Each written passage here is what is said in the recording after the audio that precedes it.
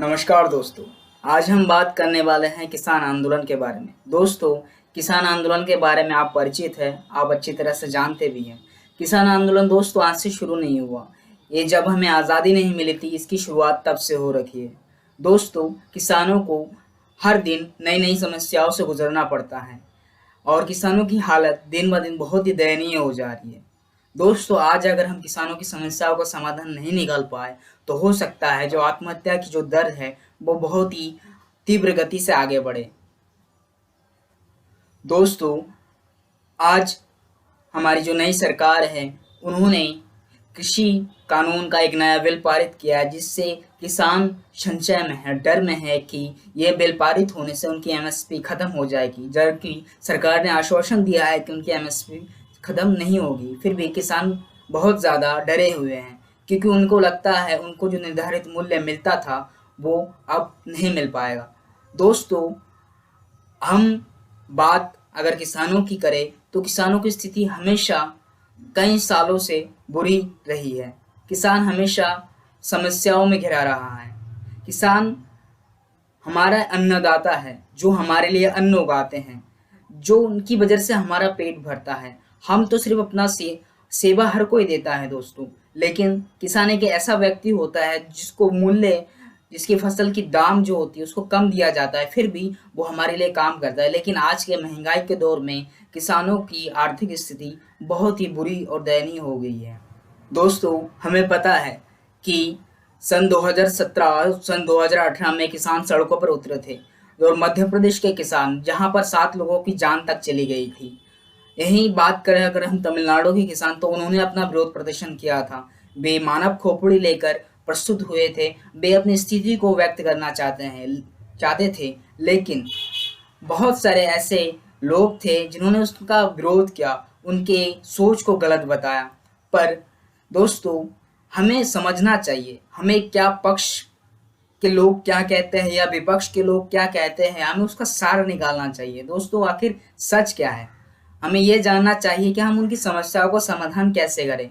अगर हम उनकी समस्या को समाधान नहीं कर पाएंगे तो सोचिए दोस्तों, क्या आज हम जो अन्न खा पा रहे, जिसकी वजह से हम अपने जीवन की दिनचर्या में आगे बढ़ पा रहे, क्या हम आने वाले समय में अपने आप को जीवित रख पाएंगे बिना किसानों के? शायद ऐसा संभव नहीं है। पर क्या आपको लगता है कि अगर हम उनकी तरफ अगर हम ध्यान ना दें तो हमारे जीवन की वृद्धि आगे हो सकेगी?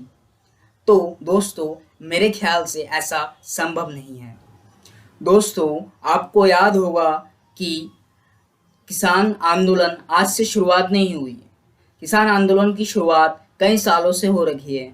दोस्तों, आपको याद होगा कि पिछले सन 2017 और 2018 में जब किसान आंदोलन हुआ था तो एक किसान ने ट्रैक्टर से बैरिकेड को तोड़ दिया था और जिस पर जमकर राजनीति हुई।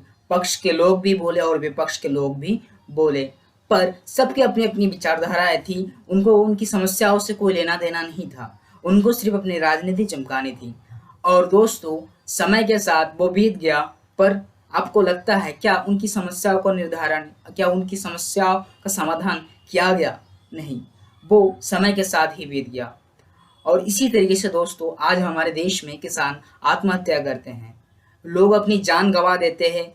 पर इसी विशेष परिस्थिति में जब कोई बिजनेसमैन आत्महत्या करता है, सुसाइड करता है, तो उसको लिए बहुत ध्यान दिया जाता है। या फिर कोई कर्ज लेता है बिजनेसमैन, तो उसका कर्ज माफ कर दिया जाता है क्योंकि वो बड़ा उद्योगपति है। लेकिन जब हमारा किसान जो हमारे लिए अन्न उगाता है वो अगर कर्ज लेता है तो वो अपना कर्ज नहीं चुका पाता है, जिससे बैंक के कर्मचारी या जो बैंक होती है वो उनको बहुत ज़्यादा परेशान किया जाता है।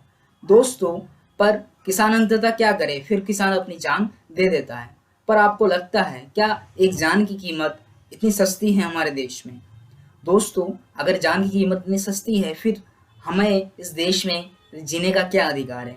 आपको लगता है कि अगर आज हम अपने समस्याओं पे, जो मूल हमारी समस्या है, उस पर ध्यान नहीं दें, तो क्या हम आने वाले अपने भविष्य के बारे में सोच सकते हैं? शायद नहीं। दोस्तों, किसान आंदोलन, अगर हम इतिहास के पन्नों को उल्टे तो किसान आंदोलन की शुरुआत आज से नहीं हुई। आज़ादी से पहले इसकी शुरुआत हो चुकी थी, चाहे वो अंग्रेजों के खिलाफ थी। दोस्तों, दक्कन विद्रोह 1874 महाराष्ट्र में आंदोलन हुआ, किसान आंदोलन, जिसमें जमकर सरकार के खिलाफ नारेबाजी की गई और अपने हक के लिए अधिकार मांगे गए। 1800 दोस्तों, इसी तरह एका आंदोलन 1918 में केरल में आंदोलन आयोजित किया गया, जिसमें बहुत से किसानों ने विरोध प्रदर्शन किया, क्योंकि किसानों को उनका उचित मूल्य या फिर उनकी उचित मांगों का पालन नहीं किया जा रहा था।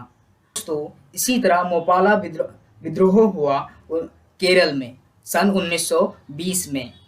तो दोस्तों, वैसे तो हमारा देश भारत कृषि प्रधान देश है, पर आज किसानों की जो न्यूनतम आय है वो एक सीमित मात्रा। दोस्तों, वैसे तो हमारा जो देश है वो कृषि प्रधान देश है, जहाँ पर कृषि को बहुत ज़्यादा बढ़ावा दिया जाता है, पर उसकी मूल समस्या को निर्धारण कभी नहीं किया जाता। आप सोचिए दोस्तों, वैसे तो भारत जैसा देश हमारा एक कृषि प्रधान देश है, पर इस बात में कोई दो राय नहीं है कि सालों से सूखा पड़ता आ रहा है, जिसकी वजह से फसल की पैदावार नहीं हो पाती या फिर फसल बर्बाद हो जाती है, जिससे किसानों का बहुत ज़्यादा आर्थिक नुकसान होता है और उसकी जो मेहनताना है या फिर उसकी जो परिश्रम है उसका उचित मूल्य उसे नहीं मिल पाता है।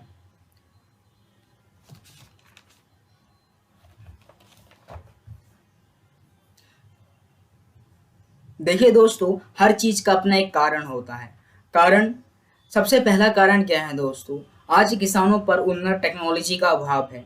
वे उन्नत टेक्नोलॉजी का उपयोग नहीं कर पाते, जिससे वो अपनी फसलों की पैदावार पर ध्यान नहीं दे पाते हैं। दोस्तों, आज फर्टिलाइजर बहुत ज़्यादा महंगी होती जा रही है। फर्टिलाइजर में इतनी महंगी हो रही है ताकि वो खरीद भी नहीं पा रहे, जिससे वो अपने फसलों का खास तौर से ख्याल भी नहीं रख। दोस्तों, किसान जो भी फसल उगाता है उसका मूल्य सरकार तय करती है, जिसे आप निर्धारित न्यूनतम मूल्य भी कह सकते हैं, एमएसपी जिसे हम कहते हैं। सरकार जो भी मूल्य तय करती है वो बाजार के मूल्य से कम होती है, और ये एक तरह से अगर देखा जाए तो सही भी है। उन्हीं की वजह से हमें कम मूल्य पर सब्जी या फिर जो भी चीज़ें हमें प्राप्त होती है वो हमें कम मूल्य में प्राप्त हो जाती है। पर हमें एक ऐसा रास्ता निकालना होगा ताकि किसानों का हित और एक आम आदमी जो है उसका भी हित, दोनों का हितों का ख्याल रखा जाए। पर क्या ऐसा संभव है? दोस्तों, ऐसा संभव है। अगर हम इस पर बहुत ज़्यादा ध्यान तरीके से कार्य करें, उस पर ध्यान दें, तो ये बिल्कुल ही संभव हो सकता है। दोस्तों, एक बहुत बड़ी समस्या ये है कि कृषि को उद्योग का दर्जा नहीं दिया गया है, और इसी वजह से इस पर बहुत ज़्यादा खासा ध्यान नहीं दिया जाता। और दूसरी बात, भंडारण की व्यवस्था, अपर्याप्त व्यवस्था, यानी कि स्टोरेज की अपनी प्रॉब्लम है। स्टोरेज की प्रॉब्लम होने से उसका जो भंडारण है, उसका जो रख रखाव है, वो सही ढंग से नहीं हो पाता है, जिस वजह से किसानों का बहुत ज़्यादा नुकसान होता है। दोस्तों, आशा करता हूँ आपको ये वीडियो बहुत अच्छी लगी होगी। अगर आपको ये वीडियो पसंद आई है तो लाइक कीजिए, शेयर कीजिए, सब्सक्राइब कीजिए। धन्यवाद।